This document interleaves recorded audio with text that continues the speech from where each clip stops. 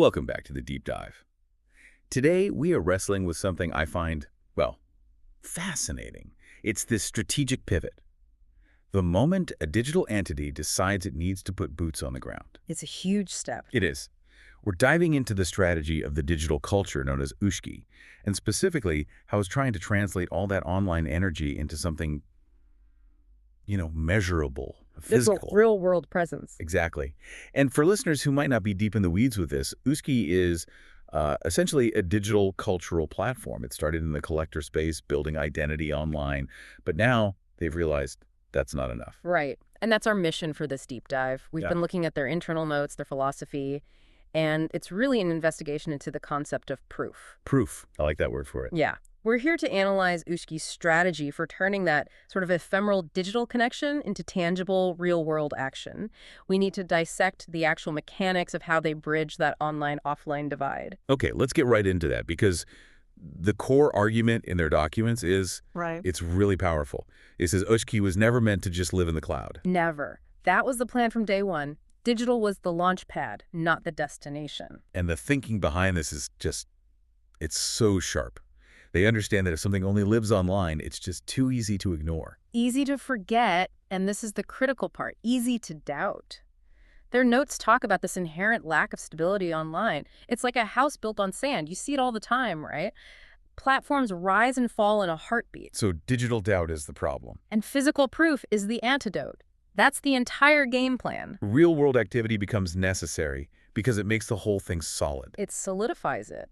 Motion becomes real when people show up, when they invest their time, their energy. You can see it, you can feel it. It stops being an idea on a screen and becomes a reality. That makes so much sense. If you see people gathering, you start to believe the connection is real. So this isn't just a marketing gimmick for them. Not at all. It's a structural requirement for survival. And that brings us right to their primary engine for creating that reality. Events. Events. Right. Section 1, events as the engine of movement. Yeah. And from what I've read, they don't see these as just, parties. No, not at all. They're intentional moments that are designed to feed the entire ecosystem. It's fascinating because they've defined 3 very specific functions for these events, and it goes way beyond just networking. And these functions, they seem designed to turn people from just watchers into participants. Correct. So, first function, people connect. And I mean really connect, in a way that a chat room just can't replicate. And often, they'll tokenize that connection. You show up in person, you get a digital token for it. Oh, that's smart. It creates a direct feedback loop. Your real-world action has value in the digital world. Exactly. The second function is about energy circulation. You know that buzz in a room full of excited people? You can't fake that. You can't. Yeah. And it's so hard to capture online, so the event concentrates that energy, and then they capture it through content, through stories, and it flows back into the digital space to inspire everyone else. And the third function. Culture becomes visible. It stops being a meme or a phrase in a chat, and it becomes something you can actually see and feel. It's the difference between reading a recipe and actually tasting the food. Right. And the notes, specific examples like fitness challenges, meetups, pop-ups. And all of them are designed to move people. Yeah. And that's a double meaning, right? They want to move you physically and mentally. That physical participation is the engine. It's what starts it all. But events are a lot of work. They cost money, they take planning. How do you keep that physical momentum going when you aren't running a big event? That is the perfect question. And it leads us right into their next mechanism for physical proof: objects. Specifically, merchandise. The merch strategy, okay?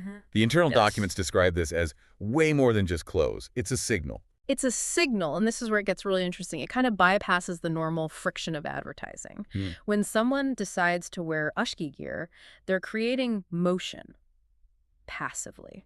So the person wearing it, they're basically carrying the culture. They're spreading awareness just by walking around. They become and this is the term from the document, a walking touch point. A walking touch point. I like that. And here's the big claim, the one that really makes you stop and think. The notes state this strategy matters more than ads. Okay, hold on. That sounds great, but is it really scalable? I mean, digital ads give you data, clicks, conversions. A hoodie on the street is, well, it's an anecdote. That's the challenge, right? But they're not measuring success in the same way. They're not looking for clicks. They're looking for commitment. An ad is a transaction. It's fleeting. But wearing something, that requires a real investment of your own identity. It's a continuous, authentic testimonial. And it's seen by people who have trained themselves to completely ignore ads. So it's not about the volume of views, it's about the quality, the permanence of the statement. Exactly. It's a stronger proof point because it shows genuine validation from the outside world. The merch is like the silent broadcaster for the whole system. Okay, so this visible activation through events and merch, it brings us to the next logical question. What kind of impact are they actually trying to have? And that takes us to section 3. Their focus is on simple, tangible impact. They don't want to over-engineer it. The philosophy is basically real movement speaks for itself. So they're focusing on local, verifiable good. And that's a very strategic choice. It keeps them from getting tangled up in huge, complex global initiatives that can become controversial or just lose their impact. Small and local means it's real to the people who are there. Let's break down those pillars for everyone listening. What does this simple impact actually look like? So the strategy outlines 4 pillars. First one is supporting wellness and movement directly. So things like structured fitness challenges, a community park cleanup, that kind of thing. Using movement to create positive health outcomes. Makes sense. What's number 2? The second is creating spaces for people to simply show up. Just be present.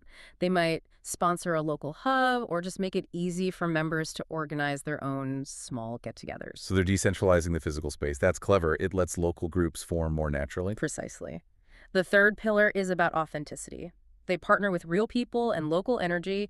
They find the community organizers who are already doing things and just amplify their efforts. So it doesn't feel like some big corporation swooping in. It feels organic. Exactly. And the fourth and final pillar is turning all that support into visible action, whether it's raising money for a local charity or just the sight of 100 people exercising in a park together. The goal is always to make the digital support concrete. Okay. So we have the why proof, the how events and merch, Right. what simple impact. Now we have to connect it all. How do the physical and digital parts actually work together? This is the final piece of the puzzle, the unified ecosystem. They call it snacking motion. Stacking motion. Yeah. None of these things exist in a silo. They're all parts of one system, and the momentum from one area amplifies the others. The documents lay out a kind of flow, right? A system with 4 main components. Can you walk us through how that stack builds? Absolutely. It starts, of course, with the digital layer. The digital collectibles connect people. Then you have the culture, the story, the shared values that gives the connection meaning. That's the belief structure. And from there, it jumps into the real world. That's the leap. Events bring that culture to life. They turn shared digital interest into a shared physical experience. That's the first big burst of motion. And then merch keeps it going. And merch spreads it outward. It becomes the silent, persistent broadcaster of the whole system long after the event is over. So the final conclusion here is that online and offline aren't separate worlds. Not at all. They are completely connected parts of the same system. Every event, every t-shirt worn in public, it all builds on that digital foundation, validating it, giving it real-world weight. It's a feedback loop designed to crush doubt and maximize proof. That feels like a very powerful strategy for survival, especially now with how fast digital attention moves. It is. It's a success isn't just about your follower count. It's about the tangible energy your community is willing to create in the real world. This has been incredibly insightful.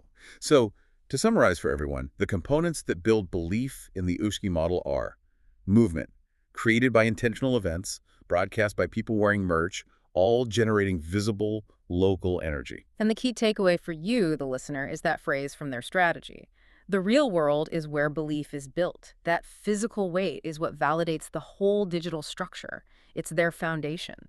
It really makes you think, though, about all the purely virtual communities out there, the DAOs, the Discord servers. If a project this sophisticated feels it needs physical proof to survive, to avoid being doubted or just forgotten, what does that say about the fragility of communities that only exist as code? It's a profound question and one for you to think about. When you're online, where do you look for proof? Is it just the member count on a screen, or is it that moment when you see a community actually show up in the real world, proving its energy is real and transferable? That's something to mull over. What's the real cost of staying purely virtual?